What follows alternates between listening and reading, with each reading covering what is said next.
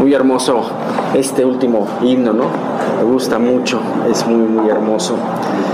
Y pues sobre todo en estos tiempos que más surge el que podamos estar conscientes de ese abrigo de Dios que veíamos. ¿Se acuerdan que lo veíamos en el Salmo 91? De hecho, ahí dice la referencia de que está basado en el Salmo 91, ¿no? El que habita el abrigo del Altísimo y morará bajo la sombra del Omnipotente.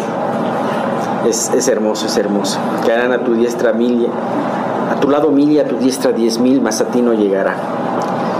Y es ese casi a ti no llegará, es el que nos estamos metiendo mucho en este tema del Salmo, ¿no? Como el salmista habla en el Salmo 119, también el salmista habla de todo esto. Bueno, vamos a comenzar con una oración.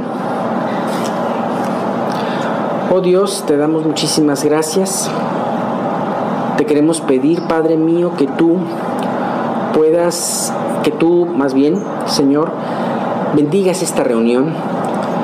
Gracias, Señor, por todos los que pudieron venir, porque a pesar de que por aquí cerca hay un evento y Dios, pues en algunas partes se hace un poco de tráfico, permitiste que todos estemos aquí. Gracias, Señor, por esto, porque es también tu gracia. Gracias, Dios, también por todas las situaciones, por todas las bendiciones, por todas las pruebas, por todas las situaciones de amor que has traído para nosotros en estos días, porque nos has cuidado, Señor, nos has traído aquí con bien de tu mano y en tu bendición.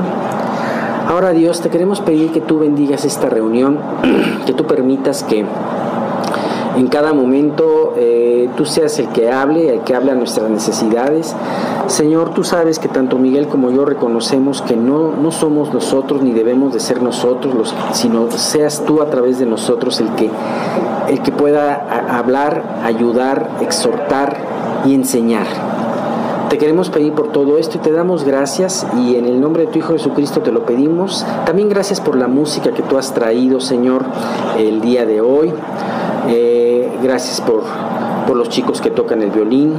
Gracias por Memo que toma ese tiempo para poder escoger los himnos. Y gracias, Dios, porque de esta manera podemos congregarnos a alabar tu santo nombre. Gracias. Te queremos pedir todo esto en el nombre de tu Hijo Jesús. Amén.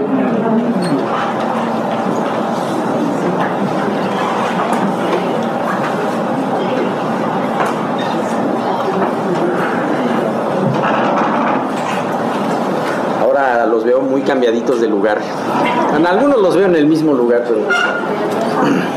pero está bien de vez en cuando ver el estudio desde otro punto de vista. Bien, pues debido a que tenemos 2 semanas de que no nos hemos visto, vamos a recordar un poquito qué es lo que estamos viendo. Estamos viendo en la sección número 11 del Salmo 119, de los versículos 81 al 88. Y precisamente esto nos tocaba la palabra kaf. La palabra kaf, que se acuerdan que es una forma de una C invertida. Ajá. Y es lo equivalente a la k, ya de esa de C o de K. Sin embargo, veíamos que puesto un punto en medio de esa C invertida, la letra era más suave, era como una G o como una J, ¿no? Y bien, pues esta letra también hablaba de que al final, cuando se escribe al final de una palabra, es como un bastón dobladito. Ajá. Pareciera como un bastón que se inclina. Entonces hablábamos de varias cosas de esta letra. Una de ellas era que es la letra que es el inicio de la palabra corona. Ajá. Hablábamos de las coronas. Es el inicio, también hablábamos de la humildad de esta letra. Ajá. En la K final. Y del significado que tiene que la misma letra K, Kaf. habíamos hablado que significa palma, ¿se acuerdan ustedes? Y hacíamos una relación con la anterior letra que era Yod, en donde Yod significa esa mano, y hablábamos de esa mano creadora de Dios, y ahora estábamos hablando de esa palma de las manos, de esa mano que bendice, de esa mano que cuida, que acaricia, ¿no? ¿Tú cómo acaricias? Tú nunca, imagínate que acaricies con el puño cerrado, ¿no? No, acaricias y bendices con la mano abierta, con la palma de tu mano. Y tú dirás, bueno, ¿qué tiene que ver todo esto con estos 8 versículos que estamos viendo? Porque ciertamente, aparentemente estos 8 versículos no reflejan un cuidado de la parte de Dios al salmista. Vamos a leerlos de nuevo, ¿no? A ver, es del Salmo 119, del 81-88. Vamos a leerlos todos, aunque vamos a concentrarnos ya en los 2 últimos. Aparece con una palabra que comienza con la palabra K, que es desfallecer. Dice: desfallece mi alma por tu salvación, mas espero en tu palabra. Desfallecieron mis ojos por tu palabra, diciendo: ¿cuándo me consolarás? Porque estoy como el odre al humo, pero no he olvidado tus estatutos. ¿Cuántos son los días de tu siervo? ¿Cuándo harás juicio contra los que me persiguen? Los soberbios me han cavado hoyos, mas no proceden según tu ley. Todos tus mandamientos son verdad, sin causa me persiguen, ayúdame. Casi me han echado por tierra, pero no he dejado tus mandamientos. Vivifícame conforme a tu misericordia y guardaré los testimonios de tu boca. Bien, estamos precisamente en esta parte en donde se habla de que el salmista está desfalleciendo, de que la prueba lo está llevando a lo último del salmista, en donde no solamente se siente triste o se siente enojado, se siente indignado, sino es tan intensa la prueba que siente que sus fuerzas le dejan.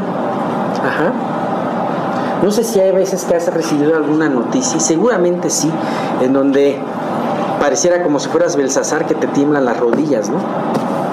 Claro, espero que no seas como Belsasar, ¿verdad? Pero de alguna manera como que hay noticias que te debilitan, ¿no? Y entonces así estaba el salmista. Pero además, el salmista le dice: ¿hasta cuándo, Dios? Entonces dices: oye, ¿qué tiene que ver la palma de la mano, el cuidado de Dios, la bendición de Dios, si el salmista está desfalleciendo? Y además está esperando por una respuesta de Dios que no está llegando. O sea, ¿hasta cuándo, Dios? ¿Hasta cuándo vas a permitir que me persigan? ¿Hasta cuándo vas a permitir que esta prueba continúe en mi vida? Y muchas veces nos podemos encontrar en esta situación, no solamente probados, sino también en una prueba en donde por el tiempo nuestro corazón, nuestro espíritu desfallece, y en donde no hay una respuesta de Dios, en donde no estás teniendo una respuesta de Dios. Pareciera como si el cielo fuera de bronce. Sin embargo, esa extraña obra de Dios actúa de maneras que nosotros no pensamos. Y es precisamente en esos tiempos de espera donde Dios fortalece más nuestra fe, donde fortalece nuestra paciencia.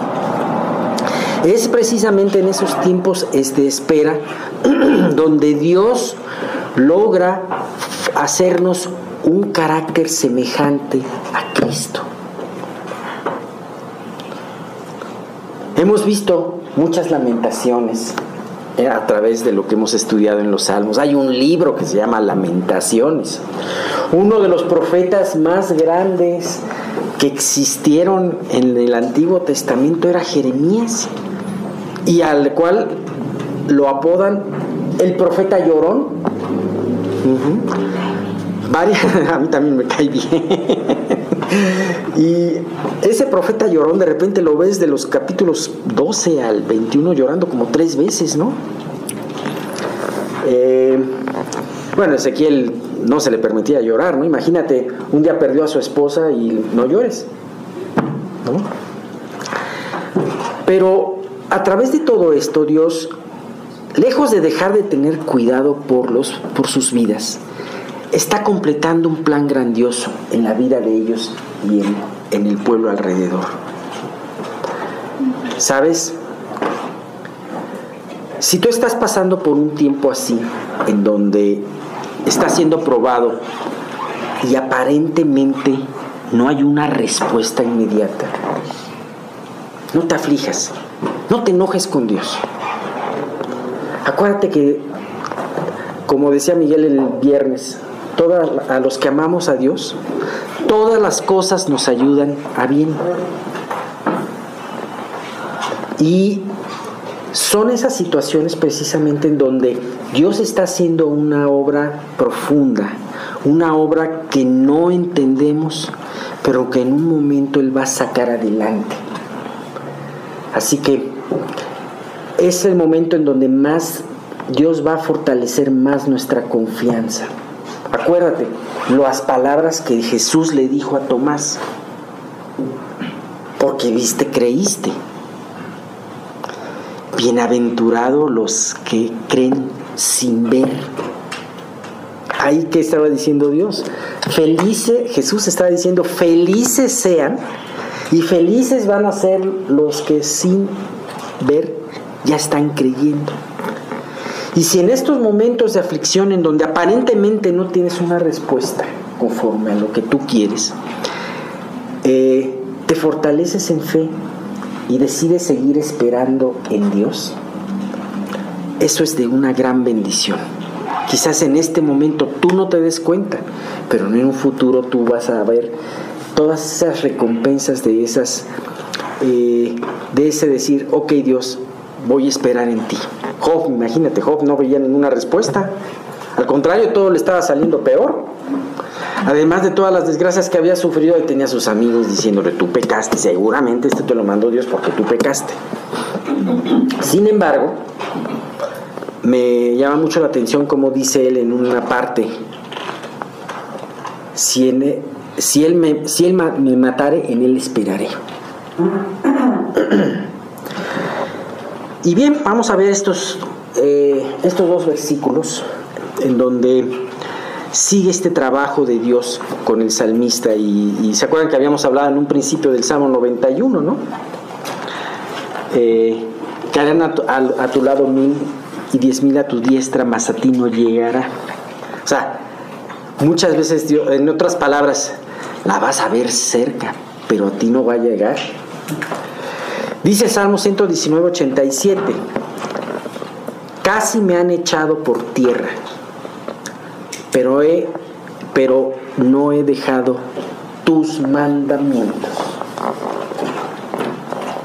Fíjate, habla en esta sección de un fuerte ataque en su vida. Y acabamos de ver la vez pasada acerca de los soberbios que se juntaban en contra de él y lo echaban por tierra, pero le ponían una trampa, como si fuera un animal salvaje, ¿no? Y aquí dice, casi lo lograron, pero no he dejado tus mandamientos. Y ese casi hace mucha diferencia. ¿Se acuerdan ese versículo del Salmo 37 que dice, el justo no quedará postrado porque Dios le sostiene de su mano derecha? Así que no importa la prueba que puedas estar pasando el día de hoy, Dios se compromete a no dejarte solo.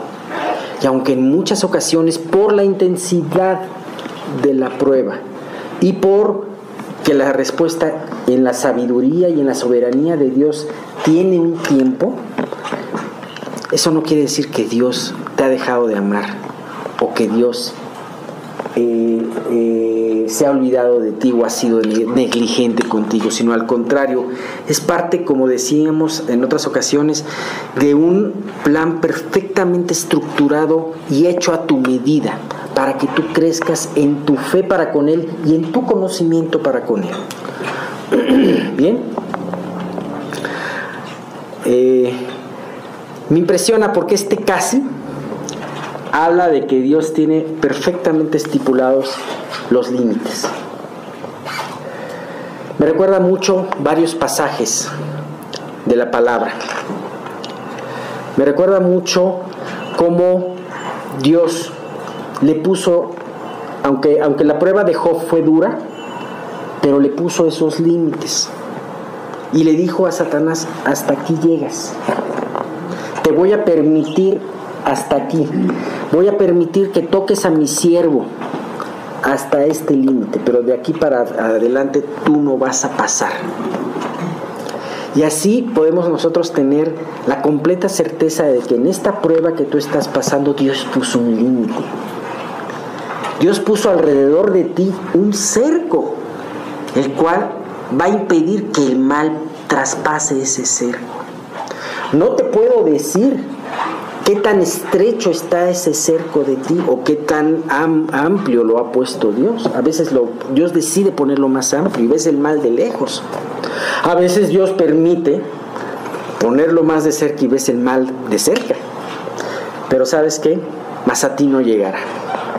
Y si aún este cerco se mete con tu propia vida, con tu propia salud, ¿sabes qué? Siempre va a haber un límite de Dios con respecto a tus adversarios. Eso es algo que alienta muchísimo. Y podemos ver varios ejemplos de esto. Podemos ver cómo David fue perseguido. Cómo en una ocasión David y sus hombres, que eran como 600, estaban de un lado de una cordillera, y Saúl con sus hombres, que eran como 3,000, era una proporción de 5-1, estaba por el otro lado. Sin embargo, en todo momento nunca se tocaron. Y en el momento en que se tocaron, David tenía la ventaja. Qué increíble es Dios, ¿no? Vemos también, por ejemplo, a Jeremías, el que habíamos hablado ya de Jeremías, el profeta llorón, que fue puesto en una cisterna vacía en el lodo. Pero en ese momento Dios movió corazones y una persona no israelita lo sacó. Bet-Melech, ¿no? Sí, Bet-Melech se llamaba. ¿Mande? Sí. Y vemos también a los 3 jóvenes, Sadrach, Mesach y Abed-Nego, echados en el horno de fuego. Aparentemente ya era el final. Pero aún en ese horno de fuego había un cerco de protección. ¿Y sabes qué fue lo maravilloso, lo más increíble de esa historia? No fue tanto la valentía de estos muchachos, o no fue tanto la fe de estos muchachos, sino fue el que nosotros, al igual que ellos, al igual que nosotros, podemos confiar en que las pruebas no se salen del control de Dios. Lejos de estarse tatemando, estos jóvenes estaban disfrutando de un tiempo hermoso y glorioso con Jesús. Porque entraron 3, pero en el horno estaban uno más esperándolos para platicar con ellos. ¿De qué habrán platicado? ¿Cómo habrán convivido? ¿Qué habrá pasado? No lo sabemos, pero seguramente algo maravilloso. Algo que también pasa en esos momentos cuando tú y yo estamos probados, en donde nuestra relación con Dios, a pesar de que todavía no llegue la respuesta, a pesar de todo eso, podamos tener esa relación íntima con Dios. Una de las cosas que Dios toca en nuestras vidas cuando somos probados, cuando oramos y la respuesta no llega, o la respuesta no llega como queremos, es ¿qué motivos estamos teniendo en nuestra relación con Dios? ¿Qué clase de adoradores somos? ¿Sabes? A veces nosotros nos podemos parecer más a adoradores idólatras que a adoradores cristianos. ¿Qué es lo que hace una persona con su ídolo? ¿Qué es lo que hace? Es con ese ídolo, la persona trata de hacer ciertos méritos, ciertos sacrificios para ganarse el favor del ídolo. Si yo hago esto, estoy bien con ese Dios con minúscula. Y entonces yo voy a poder hacer de ese Dios lo que yo quiera, puedo pedirle lo que yo quiera. En un principio yo no deseo agradar a ese ídolo, sino más bien deseo utilizar a ese ídolo a mi favor. Muchas veces hacemos eso con Dios. Y son precisamente las pruebas, cuando Dios no nos responde, y que a veces podemos enojarnos porque no nos responde, cuando Dios toca ese motivo. ¿Estás queriendo agradarme a mí o estás queriendo obtener algo de mí? Esa es una realidad. Pero gracias a Dios porque estas pruebas nos enfrentan a todo eso, a toda esa situación.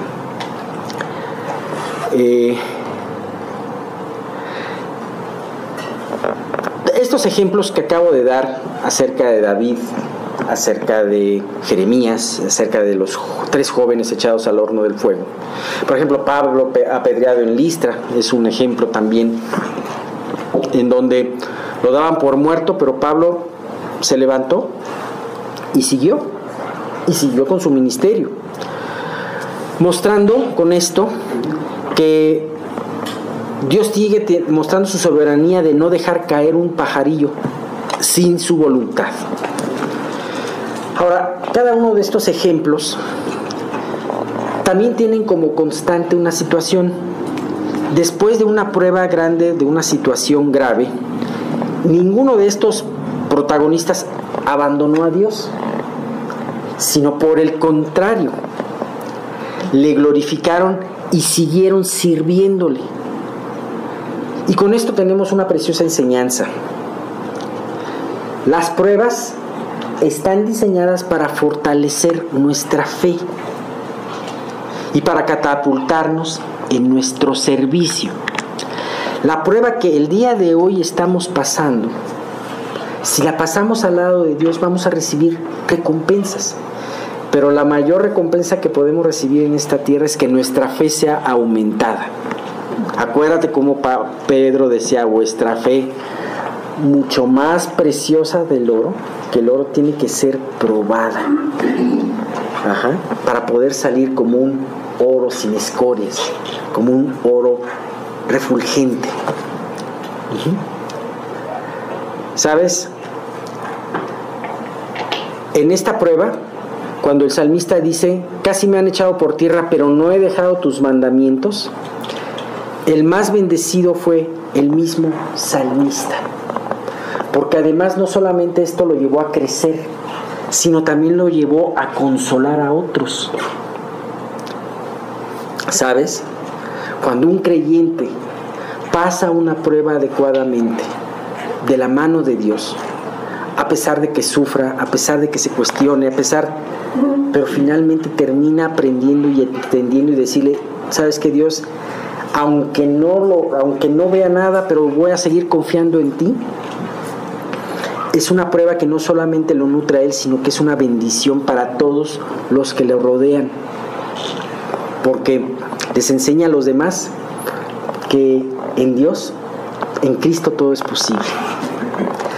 Segunda Corintios 1 del 5 al 6 dice: porque de la manera que abundan en nosotros las aflicciones de Cristo, así abunda también por el mismo Cristo nuestra consolación. Pero si somos atribulados, es para vuestra consolación y salvación.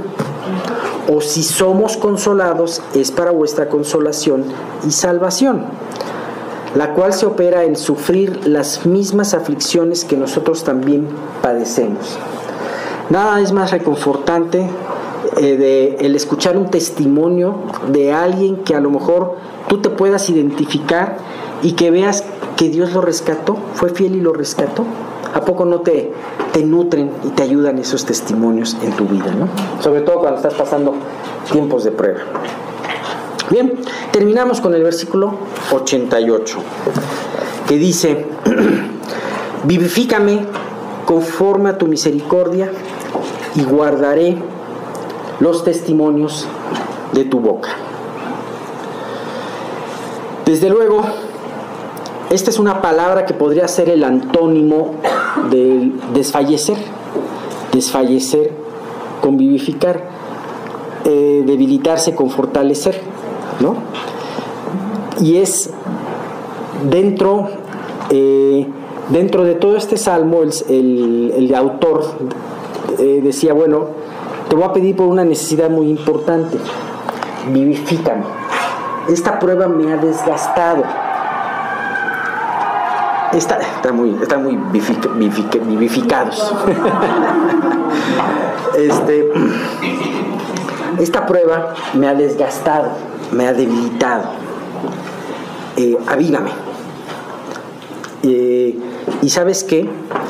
Me gusta mucho esto porque el salmista no dice solamente vivifícame para poderme sentir mejor, aunque claro, vivificándote en fe te vas a sentir mejor, nutriéndote en fe, fortaleciéndote en ella, vas a sentirte mejor, desde luego. Pero dice, y guardaré los testimonios de tu boca. El salmista ha llegado a un punto en donde él no está buscando lo suyo propio, sino busca lo de su Dios. ¿Para qué quiere vivificarse? Para poder seguir teniendo fuerza de dar testimonio, para que Dios se glorifique en él.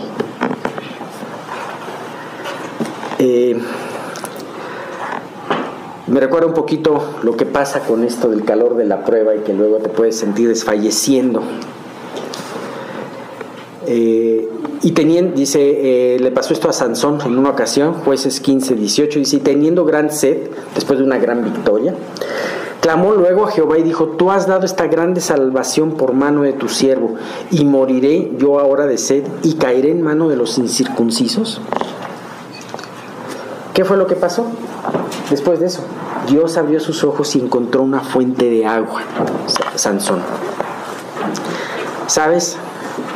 Dios quiere respondernos, pero un punto muy importante es, ¿por qué quieres que te responda?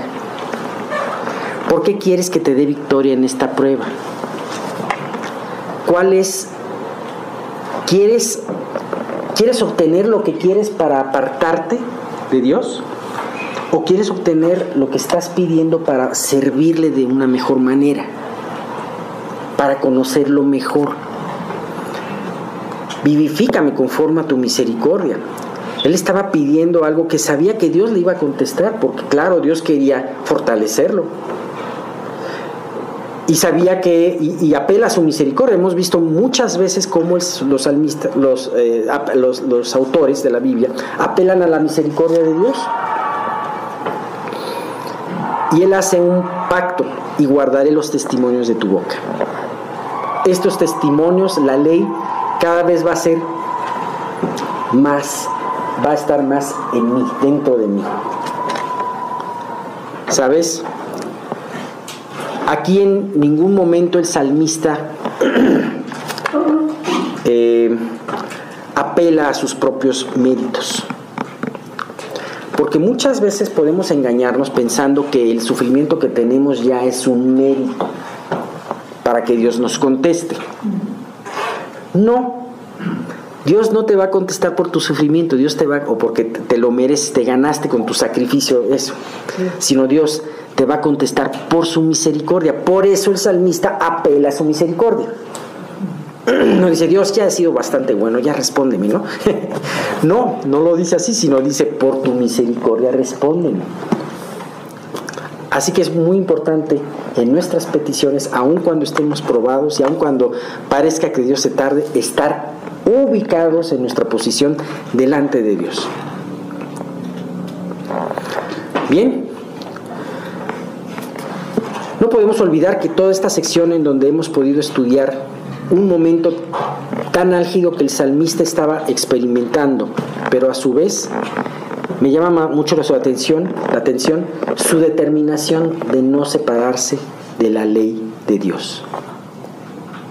Ese es un punto muy importante, un tiempo álgido, pero también una definición, una resolución por parte del salmista de decir, no me voy a apartar de tu palabra.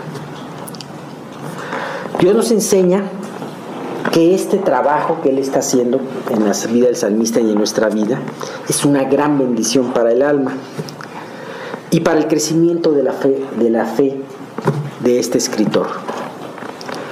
A fin de cuentas, a través de todo esto podemos ver esa palma de la mano de Dios bendiciendo al salmista, y Dios quiere que en esta situación en donde tú puedas encontrarte, si te encuentras en prueba o no, puedas ver también esa palma de Dios bendiciéndote y cuidando. Y bien, pues ya terminamos, y próximo estudio, si Dios quiere, vemos en la sección 12. Lo bueno es que de todo lo que Dios nos enseña y aprendemos, vamos nosotros conociendo el carácter de Dios.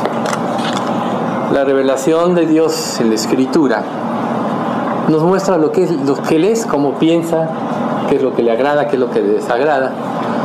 Pero sobre todo, como vimos en el Salmo, como Alex nos expuso, la misericordia va por delante. Pero nosotros también tenemos que entender que Dios es un Dios justo, que es un Dios veraz. Parte de sus atributos es que es justo, es amor, es fiel, es misericordioso, es clemente, es piadoso, pero también es justo. Por eso es que en lo que Él nos instruye, nosotros tenemos que aprender cómo es su carácter, cómo piensa Él, y en un sentido transformar por medio de la renovación de nuestro entendimiento, como dice Romanos 12:2, cuál sea la buena voluntad de Dios, agradable y perfecta. Nunca se nos olvide esto. Israel, como hemos dicho antes, representa la naturaleza del hombre sin Dios. Tan necio y terco como es Israel, así somos nosotros también. Entonces, lo importante de la ilustración que nosotros vamos a ver el día de hoy, recuerden, en la primera parte de Romanos, capítulo 6, en la espiral ascendente, que es lo que estamos viendo, lo que vimos fue cómo Dios, a través de Cristo, nos libera de la esclavitud del pecado. En este capítulo 7 de Romanos, nosotros estamos viendo las luchas que todos experimentamos día con día respecto al pecado. Pero para entender más profundamente lo que nosotros somos, tenemos que saber cómo es el carácter de Dios. Dice un pasaje: se encendió por tanto el furor de Jehová sobre su pueblo, y abominó su heredad. Los entregó en el poder de las naciones, y se enseñorearon de ellos los que los aborrecían. Sus enemigos los oprimieron y fueron quebrantados debajo de su mano. ¿Por qué Dios permite que los problemas que vivimos nos afecten tanto? Afectaron a los israelitas. Pero ¿cómo íbamos nosotros a requerir la ayuda de Dios si controlamos todas las cosas o pretendemos controlar todas las cosas con nuestra vida? ¿Tu micrófono? ¿No trajiste tu? Perdón. Entonces, nosotros queremos controlar nuestra vida. Naturalmente lo hacemos sin pensar. Viene una situación, hago esto, hago lo otro, o voy a hacer esto, voy a planear esto. ¿Y cuántas veces nosotros incluimos a Dios en nuestras decisiones? ¿Cuántas veces nos ponemos en manos de Él? Generalmente solo cuando ya no tenemos otra alternativa, tristemente. Siempre actuamos por naturaleza, ¿no? Recuerden que una de las cosas que ya vimos en el capítulo 6 es que cuando nosotros nos convertimos a Cristo, el viejo hombre fue crucificado. Pero nosotros ahora tenemos los rezagos de nuestra antigua naturaleza, que es lo que la Biblia llama la carne. Y estas van a luchar en el poder dentro de nosotros. Pero, volviendo a los problemas, ¿a qué nos obligan los problemas? Primero, a saber que no tenemos el control de todas las cosas. Eso nos lleva a ser humildes, ¿sí? Sumisos a Dios. Luego, nos apartan de las tentaciones del mundo. Este mundo está lleno de tentaciones y es sutil. Estamos infestados de la mentira y del poder de la maldad en todo lo que nos rodea. ¿Cómo podemos mantenernos? Como Dios dice en la Biblia, sed santos porque yo soy santo. ¿Cómo podemos mantenernos si nosotros no tomamos conciencia del entorno en el que nosotros vivimos? Por esto nos lleva a revitalizar nuestras oraciones, a poner mayor énfasis. Todos nosotros sabemos que las oraciones pueden ser superficiales, pueden tener motivos egoístas, pueden, de alguna manera, podemos anhelar a través de ellas que Dios responda a nuestras oraciones, pero las oraciones, conforme nosotros vamos adentrándonos en ellas, también van purificando nuestros corazones. Nosotros lo vemos en la historia de los salmos que ya hemos visto durante tantos años. Siempre hay una incertidumbre, siempre hay queja, pero al final de cuentas, en la mayoría de los salmos, salvo uno, todos los creyentes acaban confiando en Dios. Porque la oración por sí mismo depura. Si tú tienes un problema muy grande y empiezas a orar, empiezas a pedir, natural, ¿verdad? Pero conforme va pasando el tiempo, si tu oración es más intensa y más profunda, Dios entonces empieza a manifestarse en su gloria, y eso te hace empieza a hacerte ver cómo realmente eres. Recuerden al final de la prueba de Job: de oídas te había oído, mas ahora mis ojos te ven. Por tanto, me arrepiento y me aborrezco en polvo y ceniza. Ante la presencia de Dios, ante la luz de Dios, todas las áreas de nuestro ser quedan al descubierto. Y es conveniente, porque a través de ellas acudimos a Dios, o sea, depuramos nuestras oraciones de falsos motivos, de una falsa proyección, etcétera, y vamos a la esencia. ¿Cuál es la esencia? Ver la fidelidad de Dios. Recuerden, hay un pasaje en Filipenses 2:9, si mal no recuerdo, que dice: si fuéramos infieles, Él permanece fiel. Él no puede negarse a sí mismo, Él no puede negar su naturaleza misericordiosa y clemente. Si fuéramos infieles. ¿Y quién de nosotros no ha sido infiel? Cada día lo somos de alguna manera. Pero cuando tomamos conciencia de ello, entonces nuestras oraciones nos llevan a la dependencia de Dios. Y eso es lo que Dios quiere. ¿Quién tiene el poder de mover todas las cosas? A veces decimos: Dios, si me digas esto, lo otro. Se nos olvida que Dios puede convertir un planeta en oro, que Dios gobierna el universo, que a cada estrella conoce por su nombre. Y todo eso nos lo revela la Escritura para hacernos ver cómo Él domina todas las cosas.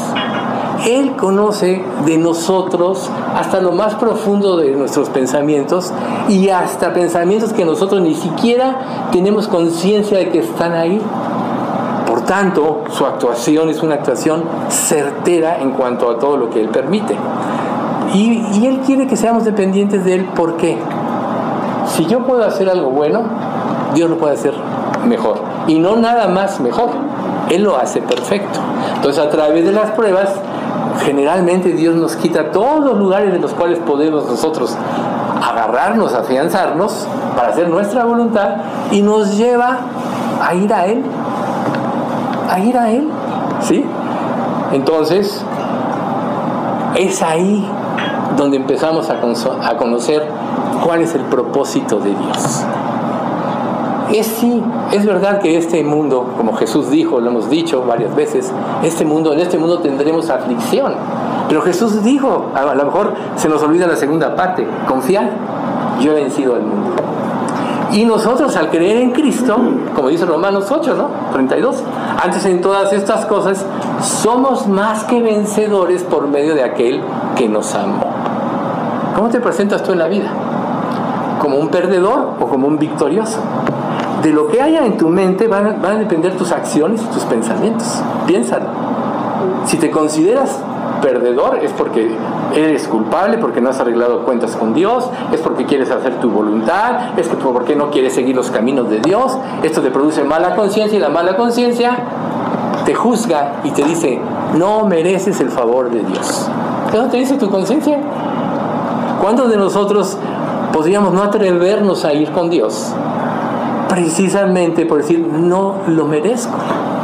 Cuando se nos olvida que Dios nos dejó el arrepentimiento como una acción para recuperar nuestra comunión y restablecer nuestra confianza en Él. Entonces, entender el propósito de Dios es algo muy importante, porque sí, vamos a enfrentar problemas. Pero cuando nosotros nos sometemos a los propósitos de Dios, nos volvemos más compasivos. Naturalmente, somos jueces de todos los demás. Piensan, este dijo esto por otro, ese estudio lo dice por fulanito, este por menganito. O sea, ¿a qué vienes? ¿A ver el problema de otros o a ver tu propio problema? Claro, debes de venir a ver tu propio problema, ¿verdad? Pero entonces volvemos al carácter de Dios. Con todo, Él miraba cuando estaban en angustia y oía su clamor. Y se acordaba de su pacto con ellos. Y se arrepentía conforme a la muchedumbre de sus misericordias. Hizo a sí mismo que tuviesen de ellos misericordia todos los que los tenían cautivos. Esta es una gran descripción del amor de Dios. Sí. Lo más hermoso de Él es que su amor es tan grande que en Cristo ya juzgó todos nuestros pecados. A partir de nuestra verdadera conversión, de nuestro arrepentimiento sincero, a partir de ese momento, Dios ya siempre nos va a ver perfectos a través de la justicia de Cristo. Pero ¿cómo te ves tú? Generalmente nos vemos a la luz de nuestros errores, de nuestras debilidades, de nuestras flaquezas, de nuestros deseos engañosos, de nuestras vanidades ilusorias que no aprovechan ni libran porque son vanidades. ¿Quién no anda en vanidades? A lo mejor tú te presentas como un creyente humilde y sencillo, pero en tu mente está toda una serie de vanidades. Y recuerden que el pecado empieza en la mente, que la rebelión en contra de Dios empieza en la mente. Y cuando tú no frenas esto, entonces se va desarrollando en tu vida la independencia de Dios, la cual te lleva al pecado, a realizar el pecado. Entonces, si volvemos a Dios en cada momento de nuestra vida, entonces nosotros vamos a ver que en su bendición está la compasión y la misericordia. Porque misericordioso es Él y clemente, tardo para la ira y grande misericordia, y que se duele del castigo. A veces hasta nosotros podemos ser más severos de lo que es Dios por nuestra culpa. Me merezco esto porque hizo esto. ¿Quién nos ha dicho esto? Yo me digo, Miguelito, ya la regaste otra vez. Y no, me quiero un poco, no sé. Pero en realidad así somos. Reincidimos y reincidimos. ¿Y saben por qué reincidimos? Porque de fondo no cambia nuestra mente. Porque de fondo no entendemos lo que nosotros estamos viviendo. Entonces, debemos de concentrarnos en algo. Dios mostró su misericordia al darnos a su Hijo. Prefirió castigar en Él lo que Él, a quien más amaba, porque por Cristo hizo toda la creación de todas las cosas. Recuerden, en capítulo 1 de Juan, todas las cosas por Él fueron hechas, y sin Él nada de lo que ha sido fue hecho, ¿no? Por Él, Cristo hizo todas las cosas, y Dios sacrificó a su Hijo para que fuésemos a Él.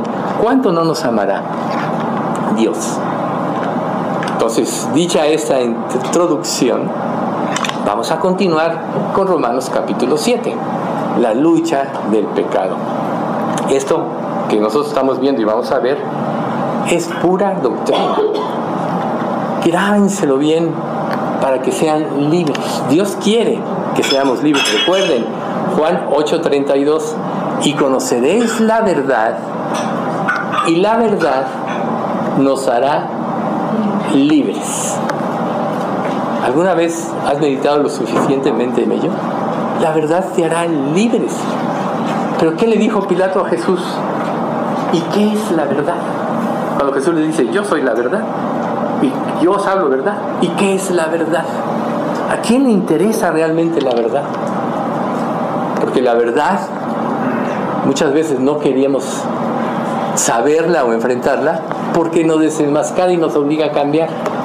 Y como el pecado todavía nos mantiene cautivos de determinada manera, ¿saben qué pasa? Queremos seguir teniendo el control de nuestra vida. Esa es la razón por la que seguimos pecando, porque queremos seguir teniendo el control de nuestra vida. Entonces, Romanos 7:7. ¿Qué pues diremos? ¿La ley es pecado? En ninguna manera. Pero yo no conocí el pecado sino por la ley, porque tampoco conocería la codicia si la ley no dijera, no codiciarás. Desde el pecado de Adán y de Eva, en el Edén, la naturaleza humana fue trastornada. Todos nacemos heredando la naturaleza adánica, que es una naturaleza rebelde y contradictora.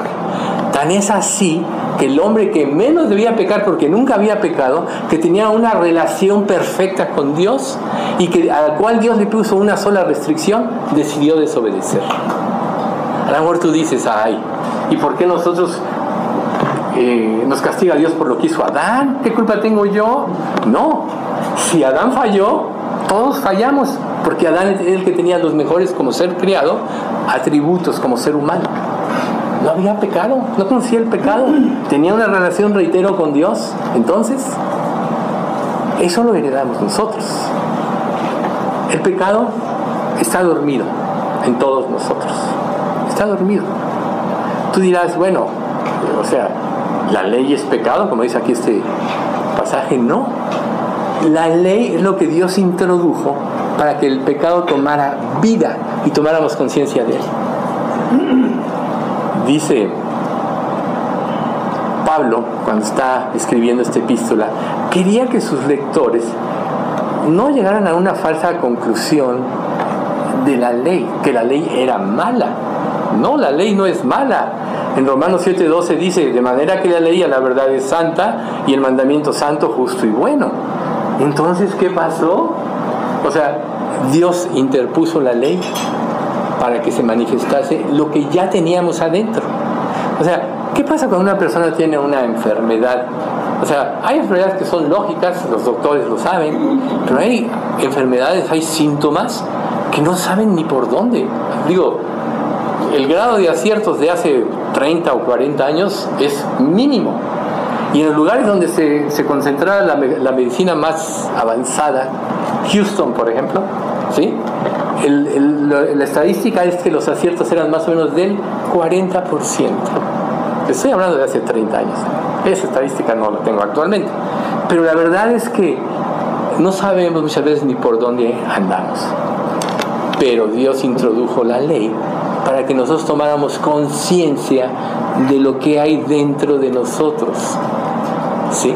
Porque si no, no lo podríamos identificar. ¿Cuándo introdujo Dios la ley?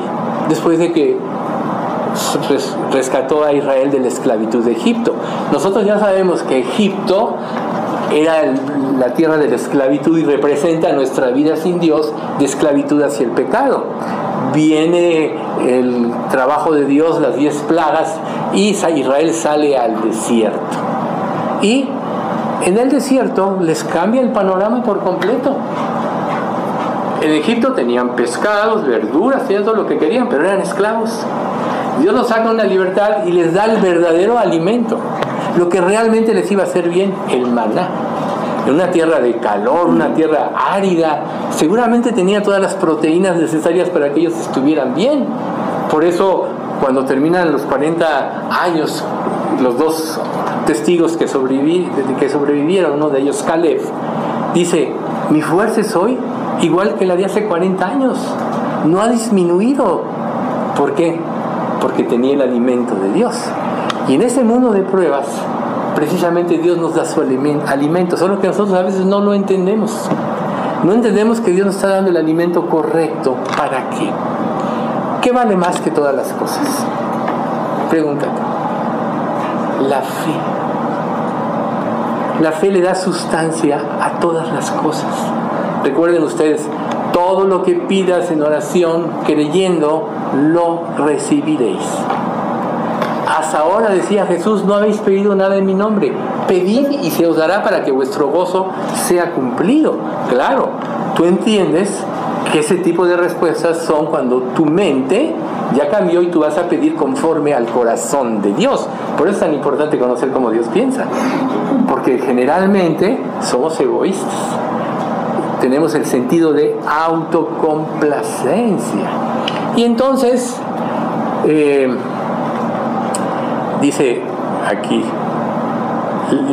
La ley levantó la codicia, ¿sí? ¿Qué es la codicia? Anhelar, tener lo que tú no tienes y otros tienen.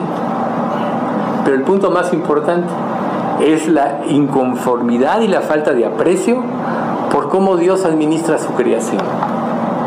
Inconformidad, falta de aprecio.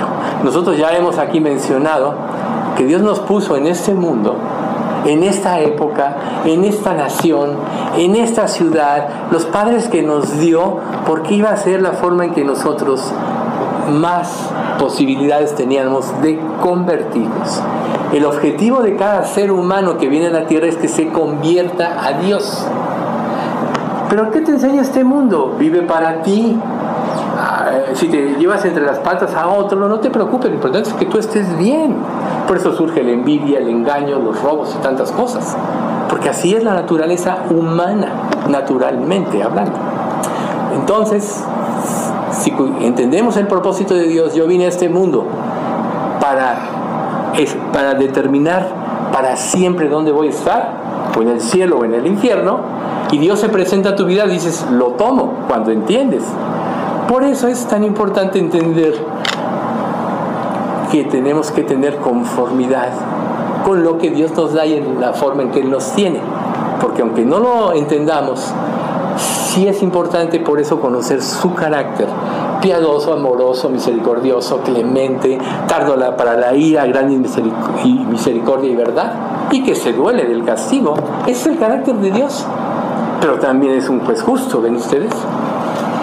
En Éxodo 20:17, los 10 mandamientos: no codiciarás la casa de tu prójimo, no codiciarás la mujer de tu prójimo, ni su siervo, ni su criada, ni su buey, ni su asno, ni ninguna cosa alguna de tu prójimo. Por tanto, cuando tú empiezas a codiciar tener lo que otro tiene, o a envidiar, ya hay un desequilibrio en ti. O sea, a veces, yo una vez atendí a una persona,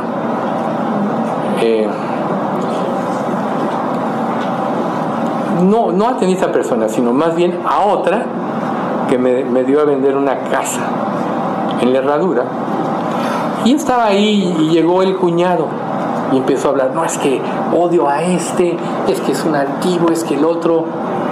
Digo, a leguas se veía la envidia que le tenía. Y eso concluí: este hombre lo que tiene es envidia de su cuñado. Y entonces eso le hacía disfrutar, que lo habían invitado a comer, a lo mejor iban a dar una comida rica, ¿verdad? Quería pasar tiempo con ellos, y su odio le impedía disfrutar, lo consumía. Así pasa con nosotros cuando no tenemos confianza en Dios, cuando no sabemos que Dios administra nuestra vida, cuyo objetivo principal es nuestra conversión. Nunca se nos olvide. Ese es el verdadero tesoro, porque en la conversión Dios ya nos va a llevar al cielo. Y pasado este mundo, porque Dios lo va a destruir y eliminar por completo el pecado, dice Apocalipsis 21, y Dios trajo cielos nuevos y tierra nueva donde mora la justicia, y ya no se halló ningún lugar para el pecado. Eso es para siempre. Dios está concentrado en lo eterno, no en lo temporal. Y si tú te concentras en lo temporal, te vas a ahogar, te vas a consumir. Porque ¿quién puede tener todas las cosas? Nosotros lo vemos aquí, nuestro presidente del país vecino, que él lo llena. Ya es millonario, archimillonario. Es el presidente, hasta ahorita todavía, del país más poderoso del mundo. Tiene a todo el Senado a su favor, o a la mayoría cuando menos. Hace lo que quiere. ¿Y está satisfecho? No, lo consume el odio. Todavía vende bonos que depreciaron, pero él se hizo rico. O sea, puede ser que haya tenido dos cosas buenas: permitió que se volviera a leer la Biblia, qué bueno, que ya no se persiguiera, y algunas otras cositas. Pero lo que yo voy, y mi enfoque ahorita principal, es la insatisfacción. Todo lo tiene y está insatisfecho. Por tanto, tú puedes concluir que si tuvieras todo lo que quisieras, estarías insatisfecho. ¿Por qué? Y muchas veces cuando testificamos, yo lo digo muy seguido, es que tú tienes un vacío que tratas de llenar con cosas. pero el vacío es del tamaño de Dios. Dios nos hizo para llenar Él nuestra vida, y lo merece porque Él nos creó. Él diseñó nuestro cuerpo, nuestros sentidos, nos dio la inteligencia, todo lo que somos, Él lo diseñó. Pero nosotros a veces no lo entendemos, no digo a veces, casi nunca. Bueno, Romanos 7:8. Mas el pecado, tomando ocasión por el mandamiento, produjo en mí toda codicia, porque sin la ley el pecado está muerto. ¿Ok? El pecado tomó ocasión. Ya habíamos visto nosotros que el pecado está dormido y la ley lo despierta, ¿sí? Pero la ocasión es un punto de partida. Eso quiere decir, la ocasión. El pecado tomó ocasión. Nos dio una conciencia, un punto de partida para arreglar nuestra vida. Díganme ustedes una cosa. Si Dios hizo por Cristo todas las cosas, y cuando nos convertimos, como dice en 2 Corintios 2, nos dio la mente de Cristo, mas vosotros tenéis la mente de Cristo, Dios nos dio la capacidad de entender todas las cosas al darnos en la regeneración la mente de Cristo. La persona que no se convierte a Cristo solo tiene su mente natural, y como dice Romanos 3, no puede aunque quiera, no puede. La mente sin Dios está muerta. La mente sin Dios odia a Dios. Entonces Dios hace un trabajo en nuestra vida, nos despierta, nos hace ver nuestra condición. ¿Con qué objetivo? De juzgarnos. Si Dios hubiera querido juzgar de esa manera, habría matado y exterminado a Adán y a Eva. Pero Dios tenía un plan y un propósito más grande. Toda la humanidad, todos los que íbamos a nacer, que le pudiéramos conocer. ¿Eso no es misericordia? A lo mejor tú dices, es que ¿por qué nací, no? O sea, o quién no se ha dicho, mejor ni hubiera nacido, ¿no? O como joven, el diálogo con sus compañeros, ¿no? O sea, mejor hubiera sido que en el vientre de mi madre hubiera muerto y ya. No, si estás aquí es porque Dios quiere que le conozcas y que le conozcas profundamente. Y el pecado, pues obviamente usa los mandamientos o los requisitos de la ley para tomar fuerza, porque el hombre humano, sin la condición del nuevo nacer o de ser regenerado, es rebelde por naturaleza. Por eso nos atrae el pecado, no la santidad. Ya lo hemos mencionado muchas veces. ¿No sería lógico pensar, aún como creyentes, que lo que más tenemos que anhelar es la santidad? Sin embargo, todavía vemos el pecado que ahí está rondando y nos atrae y luchamos y todo esto. ¿Por qué? Es una evidencia que todavía hay rezagos de nuestro antiguo ser. Ahí, que hemos platicado ya en toda esta exposición de estos domingos, ¿sí? Entonces, el objetivo de la ley de Dios no es en otro, sino hacernos conscientes de la necesidad que tenemos de Dios. Ese es el objetivo de la ley. Nadie puede cumplir la ley, solo Jesús la pudo cumplir. Pero recuerden ustedes que si Dios no hubiera traído la ley, el pecado no se hubiera manifestado, pero estaba ahí. ¿Cuántas cosas? O sea, ¿cuántas veces no te has dicho tú? Es que ni yo me entiendo a mí mismo. ¿Por qué si tengo que decidir esto voy y decido lo otro? ¿Por qué si sé que esto me va a hacer daño, ahí voy? Digo, no vamos a los extremos, vamos a hablar de la comida. A veces se te antoja algo mucho, pero sabes que te hace daño cierto ingrediente, ¿no? Y ahí vas, ¿no? Yo me incluyo entre eso. Y ahí vas. Eso solo muestra lo que somos. Piénsenlo, ¿sí? Entonces, el pecado no es que no existiera, estaba adormecido. Y tan pronto como la ley lo activa, se apodera. Es algo bien importante. Se apodera de nuestra mente. Por eso, en Juan 8:34 dice: de cierto os digo, todo aquel que comete pecado, esclavo es del pecado. Entonces ya vimos ahorita el ejemplo de Egipto. Sí, tenían su pan, sus verduras y todo, pero eran esclavos. No tenían libertad, estaban bajo la tutela o la voluntad del faraón. En aquel tiempo, los reyes, los faraones, eran como dioses, porque daban vida a quien querían y mataban a quien no querían. O mataban a quien quería y daban vida, mejor dicho, al que querían, ¿no? Y Dios nos da libertad y queremos nosotros volvernos a la esclavitud porque nuestra mente no ha cambiado. Si Dios realmente se equivocara en cómo planeó las cosas, no sería un Dios perfecto, no sería omnisciente. Omnisciente es que tiene una inteligencia absoluta y total de todas las cosas. Y como Él no hay pecado porque es santo, santo, es santo, Él no comete errores. Por eso es tan importante conocer la naturaleza de Dios. Dios no comete errores. Lo que Él permite en nuestra vida tiene un solo objetivo: llevarnos a Él para darnos la vida eterna. Esta vida es temporal, es pasajera. Si comparas los años que te toquen de vida, yo sé que esto lo mencionamos seguido, pero es importante enfatizarlo. Si comparas el tiempo temporal de esta vida con la eternidad, no es nada. A veces tú sueñas una pesadilla, ¿no? Y despiertas al día siguiente, bueno, fue una pesadilla, ya pasó. Aunque pudo ser la pesadilla vívida, ¿no? ¿Quién no ha sentido que se cae y verdaderamente se mueve todo el cuerpo porque estás en ese sentimiento? Pues velo de esta manera. Este mundo es una pesadilla, pero va a pasar. Vamos camino a la eternidad.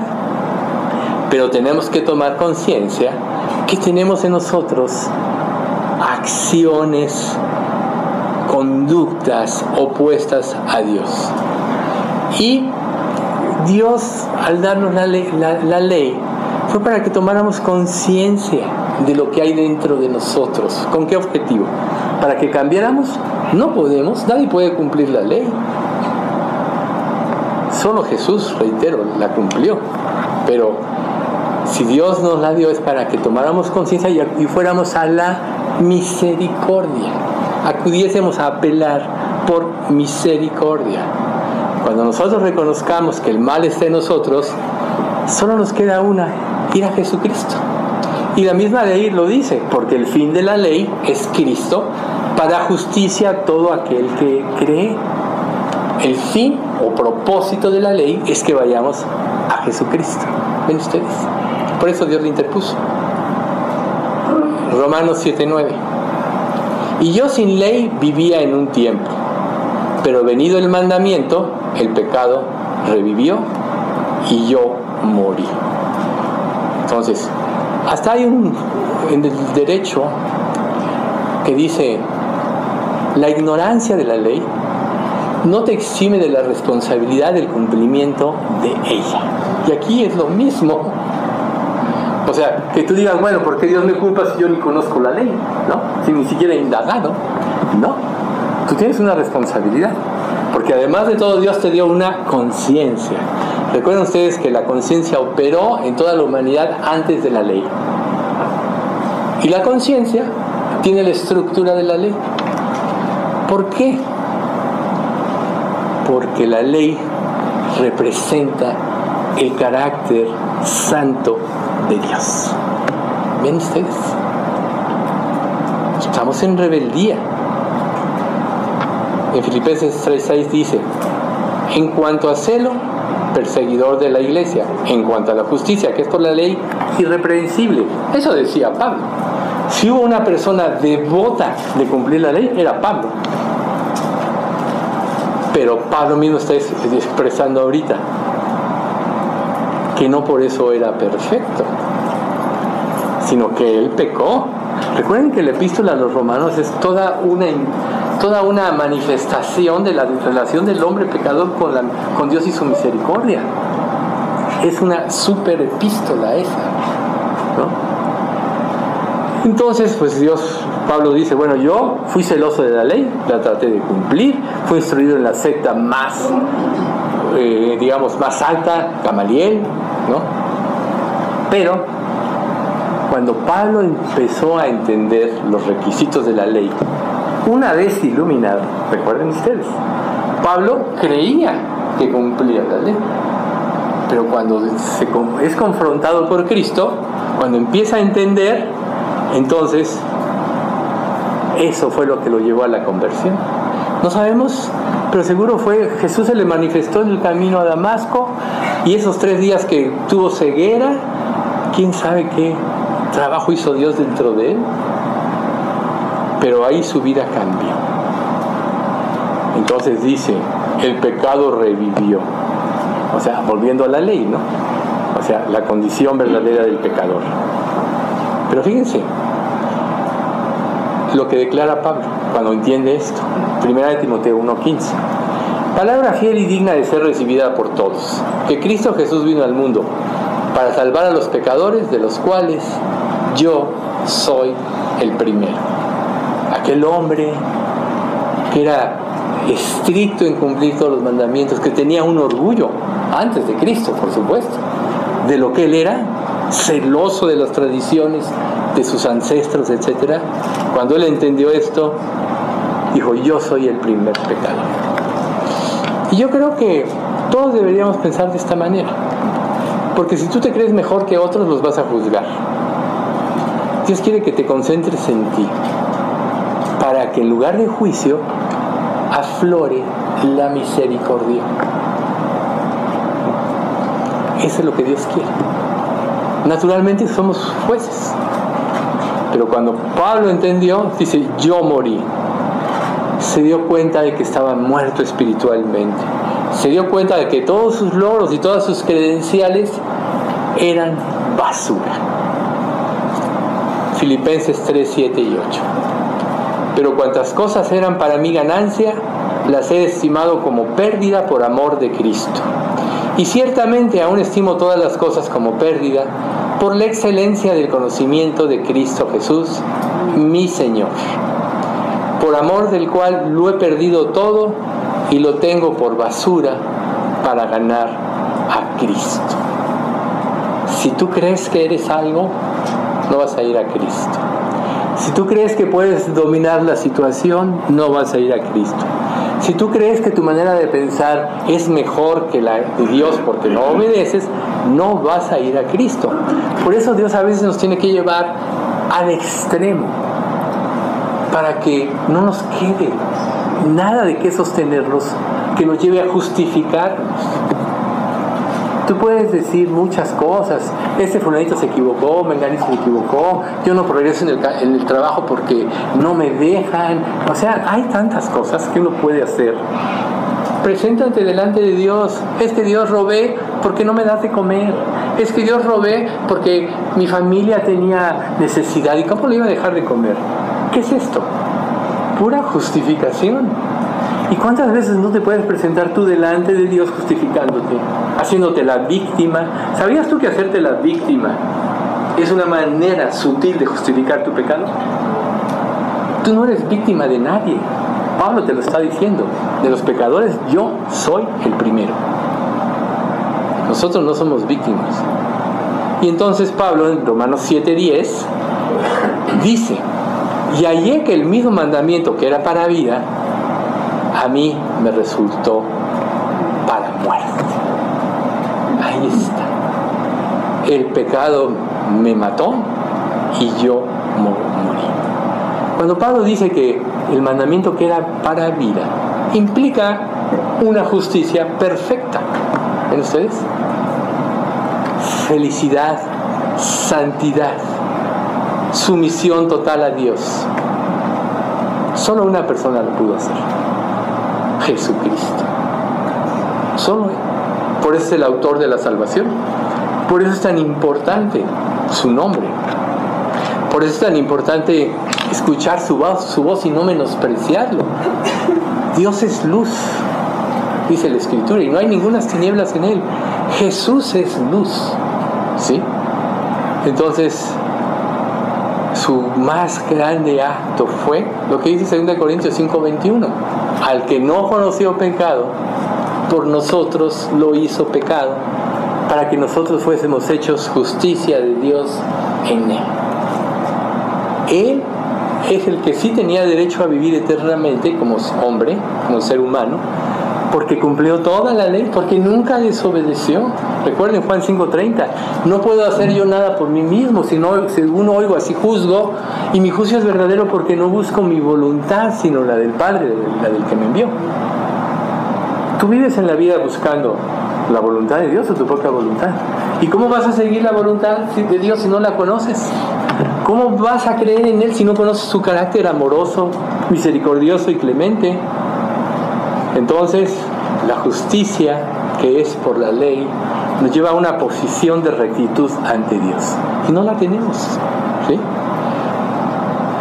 Porque la ley misma dijo, o sea, Dios no nos dejó la ley así nada más, dijo, el que las cumpla vivirá por ellos, ¿sí? Levítico 18:5. Por tanto, guardaréis mis estatutos y mis ordenanzas, los cuales, haciendo el hombre, vivirá en ellos, yo Jehová. O sea, ¿no nos dio Dios la oportunidad? Claro que sí. Él ya sabía que no lo íbamos a poder cumplir. Para eso mandó a su Hijo.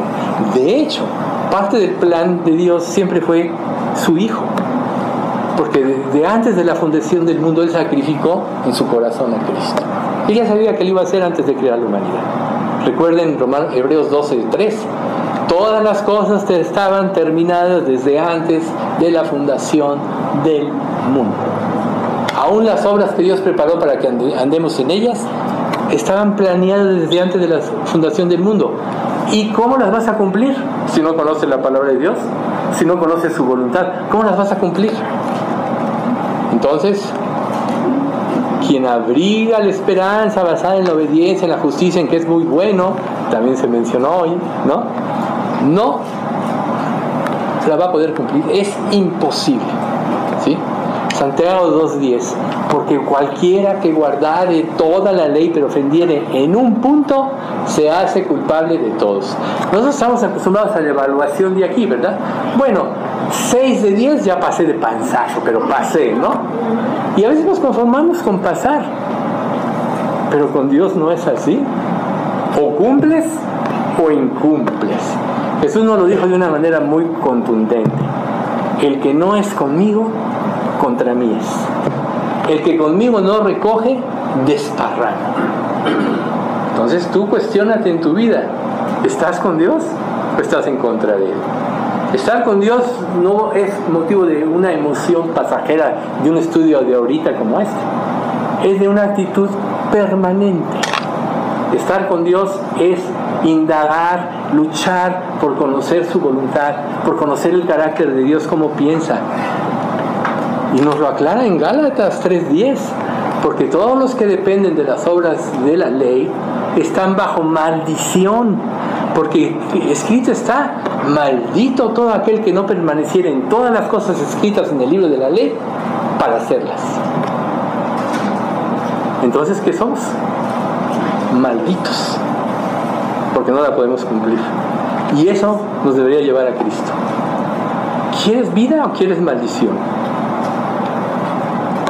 Tú tienes una voluntad, y aún que digas: es que no tengo fuerza, es que soy pusilánime. ¿No dice la Biblia: Dios produce en vosotros el querer como el hacer por su buena voluntad? Pídele a Dios. Te sientes débil, sientes que ya no puedes, todo lo puedo en Cristo que me fortalece, ¿no? Filipenses 2:13 y 4:13. Así que aquí se la saben la mayoría, ¿no?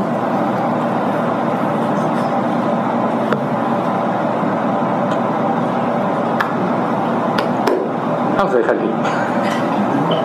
Vamos a ver. Padre Santo, ¿cuánto te queremos agradecer por este estudio? Gracias, Padre, porque tú eres claro, tú no eres un Dios de confusión, sino de paz. Y todo lo que nos revelas, Padre, tiene como objetivo que te conozcamos a ti más profundamente, que tomemos conciencia de nuestras debilidades, de nuestras flaquezas, de nuestra condición humana, que somos débiles, que somos frágiles. Pero tú, Señor, tienes promesas como que tú das esfuerzo al cansado y multiplicas las fuerzas al que no tiene ningunas. Danos fuerza, Padre, para seguir tu voluntad.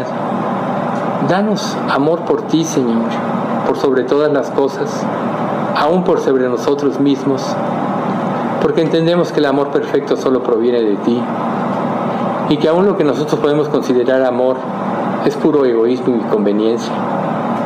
Pero si tú nos concedes, Padre, el amarte a ti, si tú produces en nosotros este amor, entonces gustosos te serviremos, porque sabemos, Padre, que el cumplimiento de la ley es el amor. Manifiesta ese amor, Padre, entre nosotros. Manifiesta ese amor por ti antes que nada, y que como iglesia tuya podamos tener este sello, el amor no fingido por ti y de unos por otros. Bendice a nuestra iglesia, Señor. Bendícenos en todas las pruebas que estamos viviendo, para que nos hagas entender tu voluntad y nos des la victoria que tú ya nos diste o nos puedes dar si creemos plenamente en ti. Gracias, Padre, por haber dado a tu Hijo por nosotros, porque diste lo que más amaba, y eso es una demostración de tu amor infinito hacia la humanidad, hacia nosotros. Padre, todo esto te lo pedimos en nombre de Cristo Jesús. Amén.